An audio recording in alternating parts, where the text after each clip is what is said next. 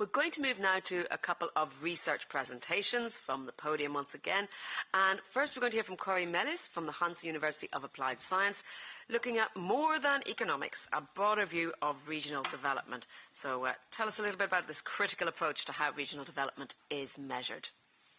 And there you go. Thank you very much. Yes. In line with what Peter already said, I'm going to tell something more about how we approach regional development in a project. And it probably wouldn't be a surprise that it's in the same line as what Peter said. I'm going to tell more about that in detail.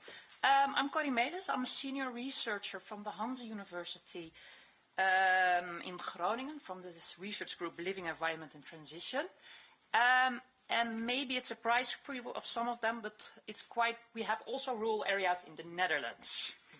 Yeah, although the numbers say that it's quite urbanized, but there is rural. At least we think it's rural. Of course, we know there's more rural areas, but in the Netherlands as well. So we know the questions, we know also what's going on, because I will give some special focus to rural regions in my presentation.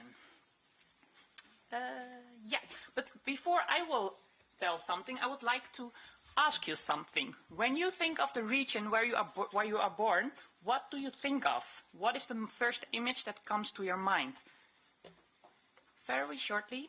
Then the next question that I have, who is from a rural region? We know that Radim is from a rural region. Who's? Raise your hand, please. Quite some rural people over here. Who is from an urban region? Yes, also nice. So we have a nice mix of urban and rural people, let me put it that way. Then the last question is, who migrated from a rural region to an urban region? Yes, also some people. Yeah. When I think of my home region, which is the province of Groningen, the image that comes to my mind is open landscapes. As you can see, these pictures, of course, they are for tourist reason, but it's an open area, open green landscapes. That's one part of the image. The other part, what I remember, is that I went to a very small primary school, which has also consequences socially, etc. When I went to high school, I needed to bike 15 kilometers. Quite far in those open, windy, open areas. So these kind of memories and experience do influence how we think about regions, how we think about rural regions, for example. And also as professionals, I am quite certain that it still influences how we think about regions. So we should keep that in mind. Okay.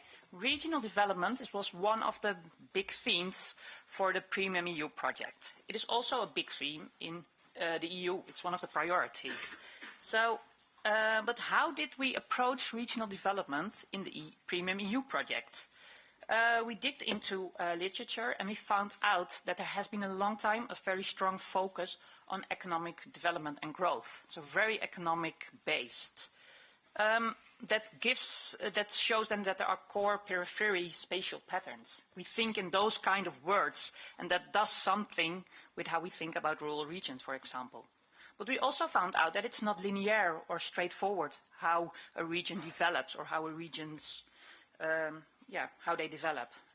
And that regional development should consider in a wider economic, political and cultural context, and that the context of a region does not stand alone. What internationally is going on has influence on a region, for example, and vice versa sometimes.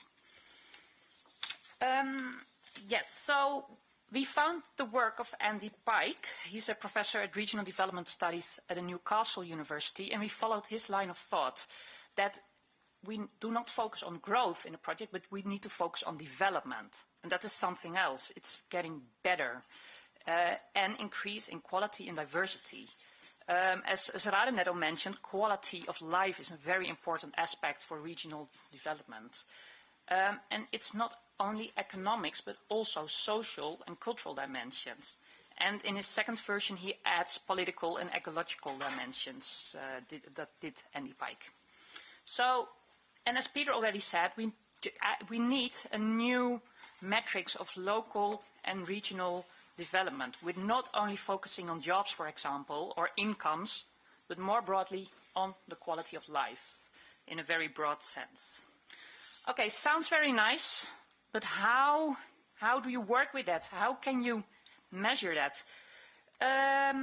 In the project, we tried to do an attempt to do that, and we developed regional development indicators. And we had some criteria for that. First one was that the indicators were available from 2010 to 2021. The next one is that they are available in the OECD and the Eurostat databases, and that they have quite a broad coverage over the EU on NUTS 3 and NUTS 2 level. So we had an ideal image of what kind of indicators we want. Then we searched for indicators in those data sets. And the graph you see, that's the end result of it, what it is today. And as you can see, it's a very broad range of different kind of indicators. But we made an economic, a social, and a living environment domain. And then it ended up with 10 economic indicators, 12 in the living environment, and 15 social indicators. And they are broad. And we know they are not perfect, but it is an attempt. And it is a realistic one because there are data in these, there's data in these indicators. Becky, my colleague Becky, will tell more about how we use those kind of indicators and how we make the typology of regions, as you can see in the dashboard, but she will tell more about it later on. My colleague Becky Arnold did also something else. She worked with them, with the indicators, and she researched, this is a graph from a Norwegian research she did about the people and how they prioritize to live in a region. So when we look at the age around 20, they focus on economic indicators. That's their main reason to migrate to a region. But interestingly, from age 30 on, it is changing.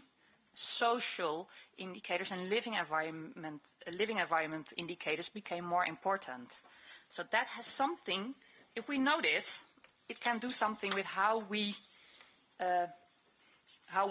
what kind of policy we want, what kind of people we want to attract, and what we need for those kind of people. In which, so the age group can be an interesting one.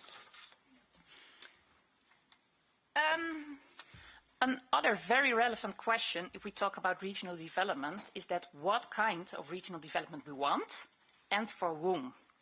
I just want to show you these two pictures, because the first one, yes, that region, it's in the northern part of the Netherlands. It's doing quite well on renewable energy. But could you imagine to live in that house? I don't know. So what does it do with the quality of life in that area? The other one is a picture of Portugal. Yeah, it looks very nice, fan life, that's a nice spot. But just around the corner is a golf course, also very nice. But what about the people who live over there, who only earn like €1,000 a month and who have to deal with all those golf course people and van life people? So for who is regional development? Who benefits from it? Who has to deal with it?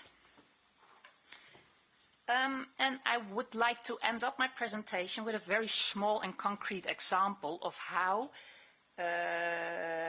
regional development can be and how it can be diverse. This is an example. This is a very small restaurant, a Mexican restaurant in the northern part of the Netherlands, in a very small village of 2,000 people. It's not the first place where you think of a nice Mexican restaurant. But how come that there is a small Mexican restaurant? Love. An inhabitant of that village fell in love with a Mexican lady and she opened up a restaurant. And if we follow Michael Woods, a rural geographer, he says people are the agents of change. They bring new ideas to, for example, rural areas, Mexican foods, diversity, different cultures. So this woman who came to this small village, Warfum, for love, she changed the place she lived in, socially, culturally, and maybe economically as well. But the economic part is very small. It's also the cultural and the social part she changed with this small restaurant. So it's all about regional development, it's not only about economic growth, but it's about improving quality of life in diverse ways. And then we have to adapt a broader view on rural regions and what their potential is.